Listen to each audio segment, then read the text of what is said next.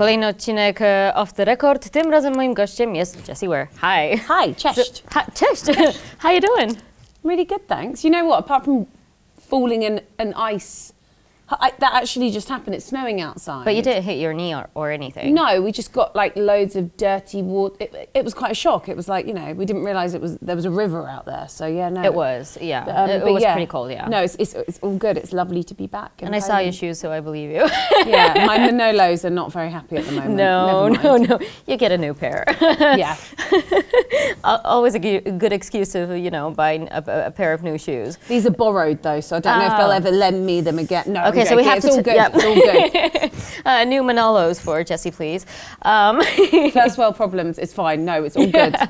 A lot of changes in your life. Yeah. Third album out, Glass House. Congratulations. Thank you. And how do you record a third album when you have a kid?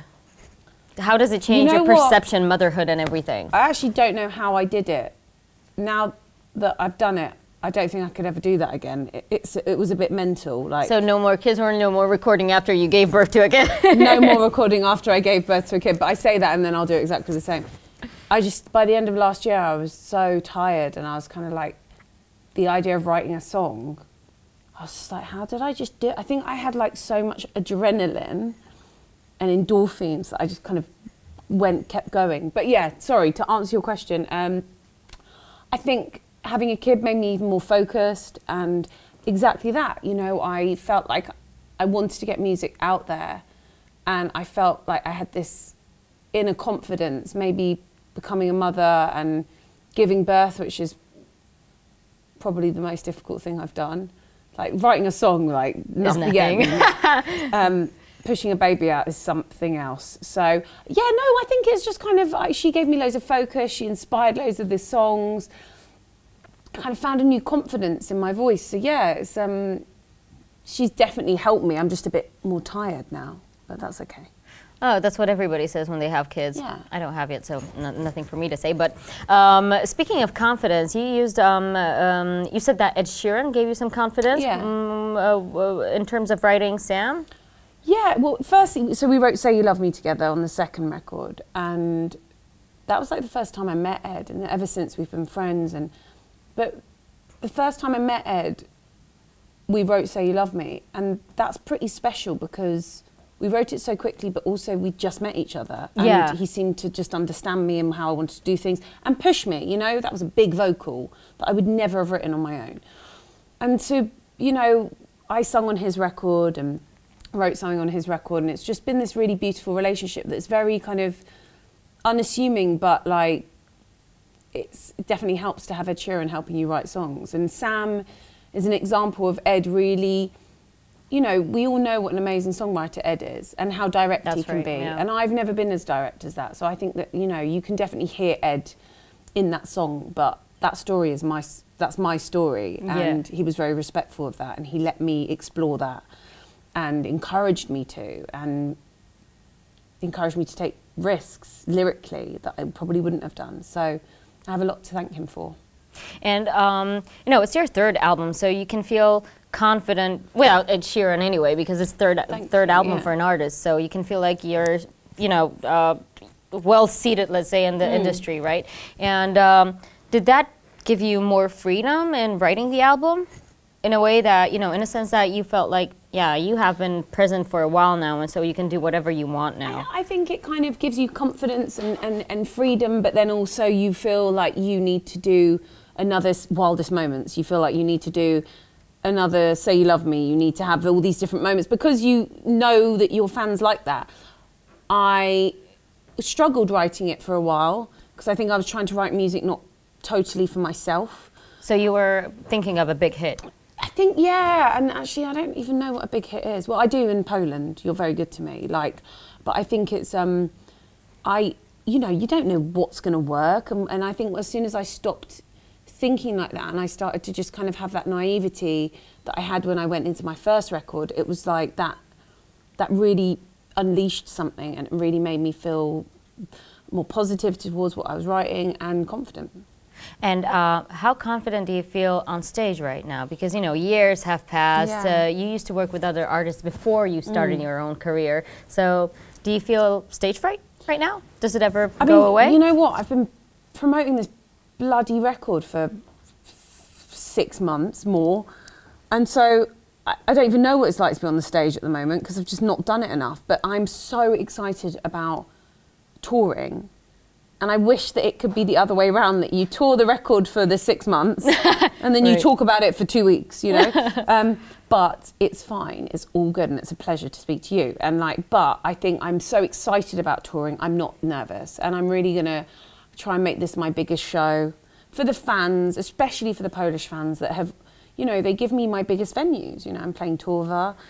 Yes, and right now you have a sold out in Krakow. Yeah, and we've just added more tickets. Arena. Yeah, it's huge. Yeah, we're adding more tickets to that. So you know, this is crazy, and I love my Polish fans. They are so generous to me, and they've been so loyal to me. That is true. That never changes. Always, people hear your name. It's like, oh my God, I need to go to the show. It never changes. I know, and you know, they've probably seen me a lot of times. That's why I'm so... Not enough. Well, thank you, but that's why I want to make this show bigger, but not in the kind of over the top way, but give them something that's maybe a bit different about the show, but sing the songs, and they can sing them all back to me. Can you lift the curtain on a little bit and say what's going to be just different? You know, it's going to be a bit more production, and kind of experimenting with that, and just a bit more of a show. Oh, cool. Yeah. That's new. Yeah. Because you were always so mellow. I know, and I'm kind of I mean, you know, I love to chat to my crowd. Yeah, you do. I do. That's a good thing. No, it is a good thing. It is a good thing. But sometimes I chat too much, and then it becomes we're just here. So no, I'm going to kind of it's going to be a real big celebration of the last 3 records. It's not just Glass House. It's a celebration of the 3 records. So if you like my last record, or you like the one, there'll be songs from all of them. I'm not going to kind of deny people you know, I know what, you know, people have been with me from the start, so I want to acknowledge that. Yeah, and you have a lot of songs to sing. I do have a lot of songs to sing. Yeah, 3 albums, that's hell of a work. I know. Yeah. It's fun though. This is when it gets fun. I can only imagine, I guess, yeah. Yeah, you do have a really big fan base here in Poland, and it's totally never changes. And do you feel like that in other countries as well, or is this the biggest fan base that you have? This is my biggest fan base. It's incredible. Have you ever thought of it, you know, that Poland would be this place that's going to love you the most? The first time I came was to open a festival. I hadn't even done promo here yet. Got this booking on, it was this vast festival. My best friends were playing the same day. We were in the same hotel. I was like, this is so cool. We're in Poland together by the sea in this really cool hotel. And you're going to play and I'm playing and we can all hang out. I think we were on the same stage.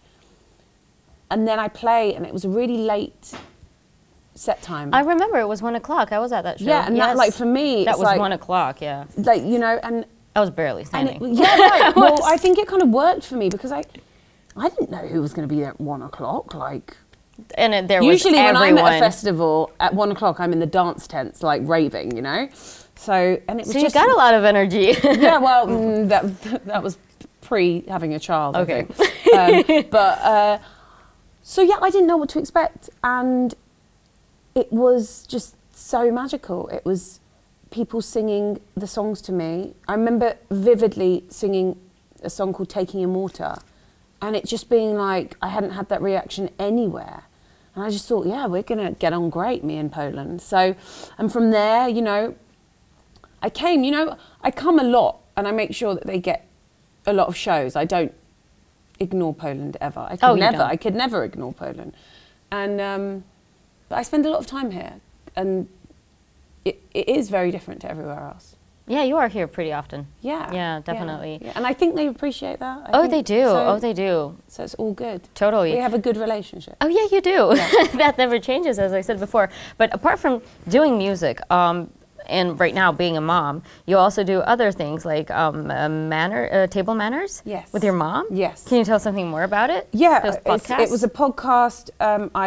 I just thought it would be really nice to not talk about myself for a bit and to ask other people questions. I'm very nosy. I like to ask questions. I like to understand people's lives. And it started as kind of an idea, just doing that. But then I don't know how it really happened. I think I wanted to combine food and family. And all of a sudden I kind of convinced my mother to cook dinner for the guest, and now she's kind of like the co-host, and she definitely didn't ask to do this, and I think she's still slightly like hesitant about doing it, and I kind of bully her into it, and that's sweet. But yeah, really sweet. And we just, it's actually so much fun. It's you know, it's very much like my childhood of people coming over and having dinner with my mum, and us chatting till the early hours, and just good conversation over the dinner table is the best thing. So just decided to kind of do the podcast. Didn't know if it was going to work or not, and we're doing our second series, and it is working, and we've got amazing guests, and I just kind of want to keep on going. Like I've nearly run out of all favours from my friends that are musicians. So now, but it's like it's starting to open up, and it's like, you know, we had an actor called Ralph Little on the other day. I'd never met him. We approached him through Twitter. I loved what he was talking about. He was talking about the National Health Service a lot. He was in this amazing comedy show years ago, and kind of just, it's so interesting. So yeah, we're having loads of fun with it. So you do have a journalist soul in yourself. I do think so, maybe. I guess. Bit, yes. Yeah, totally. So what else would you want to do and you're not doing right now? I mean, I'm pretty busy, but I want to write some more music. That's what I really want to do. But like, honestly, trying to find the dates to be able to do it, it's just impossible. But yeah, write more music, get into a new project, do table manners, enjoy that. Maybe write a cookbook, that'd be fun. With your mother as well? Yeah, absolutely. Yeah. Like, she's got to kind of reap the benefits of me making her do series after series. You bullying her into cooking, yeah. Absolutely. So how do your days look like right now? I guess it's hard to define because on the one hand you're touring, on the other hand you're a mother, and so on and so on. But you know, how do you balance that? I don't know if I do that balance multitasking very well. thing. I mean, what? So yesterday I was at my house. But your daughter is not with you here in Poland. She's not with me today. Okay. So I'm here for 2 nights, and then I go back and I'll see her. Yesterday I was just being mum. I was sorting out what she was going to eat for the rest of the week, because I don't trust my husband cooking her good enough food. Oh, so okay. yeah, so did a bit of that. Played with a microphone. She's a very good singer. So we just playing with her microphone, and we were putting, for kids, like she likes to just put things in boxes and then take them out. It can pass the time. It can pass like 3 hours. It's amazing. Wow. No, we kind of, my husband watched the football. It was like a really nice family Sunday. And then, you know. Would you want your daughter to sing in the future? Oh, I don't know. I think it's like a really hard job. It's very like all-consuming, and I love my job, but I don't know. I'd love her to sing just because I'd love her to sing, but I'd also love her to be a doctor. So I don't know. I feel like she should do something far more important than me. Oh, okay. But I do think she's a singer. I think she's got a voice. She's got rhythm, and that's a bit scary. I hope she doesn't go, right, Mummy. And you can see that right now. Yeah. And she's so little. Yeah. That's cool. That's great. So if you train her, if you bully her into singing. I know. I do feel like I'm going to be a pushy mother and like give her an instrument soon and just get her. No, I know, but like, but no, I don't know if I want her to be a singer, but I do love to hear her sing. Oh, that's good. That's nice. That's great. Well, yeah, that's cool. If you can sing and, you know, you can see your daughter sing well, that's, I guess, it's a cool view. Especially because my husband can't sing at all, so it's quite nice to see maybe she's got that from me. Yeah, right. Hopefully. And she's going to have a choice in the future if she wants to sing or do something else. That's a cool thing. Exactly. Not just, you know, looking up to your mother and she can sing and I can't. No, but my daddy couldn't. That would be easier. I don't know. Yeah, if she had like no voice, that'd be kind of great too, I think. Coming back to music, like your music, do you still think about awards? Is that something very important? I think it's hard not to think about them when you're up for one. Yeah. So I'm up for a Brit Award. Yeah, exactly. And you don't want to think about them because it's just, it's a lovely compliment, but I don't think you can pin everything on it. And I think what is more important for me is to kind of be acknowledged. That's so lovely, but like to be able to play my shows. But yeah, I mean, you don't make a record to want to be nominated for something. You make the record for yourself and your fans. But it is a lovely bonus when you are nominated for something. Yeah. So where do you think you are right now in terms of your career, and where would you want to be? Do you still have some dreams that are still to come true? Music-wise. I think I have lots more to do and lots more kind of worlds to sing in, and I think it's kind of just beginning. But I love that there's been this kind of new world that, doing the podcast, it's just kind of, it keeps things exciting, and kind of it makes you appreciate everything a little bit more. I just kind of want to carry on doing it, but it is nice to have that release of doing other things. I haven't really answered your question, sorry. Yeah, that's okay. Lots more projects. My question, I guess, lots more was pretty projects. Maybe not always music, but music is always the kind of main thing. But it's really fun to kind of wander off into other worlds a bit. So you're happy right now? Yeah. Good. Yeah, can't complain. So what should I wish you? What should you wish me? Yeah. Wish me good health. And then I won't get a cold for my polo shows, and it'll be all okay. That's what I wish you then. Thank you so much. All right, thank you so much. Thank you.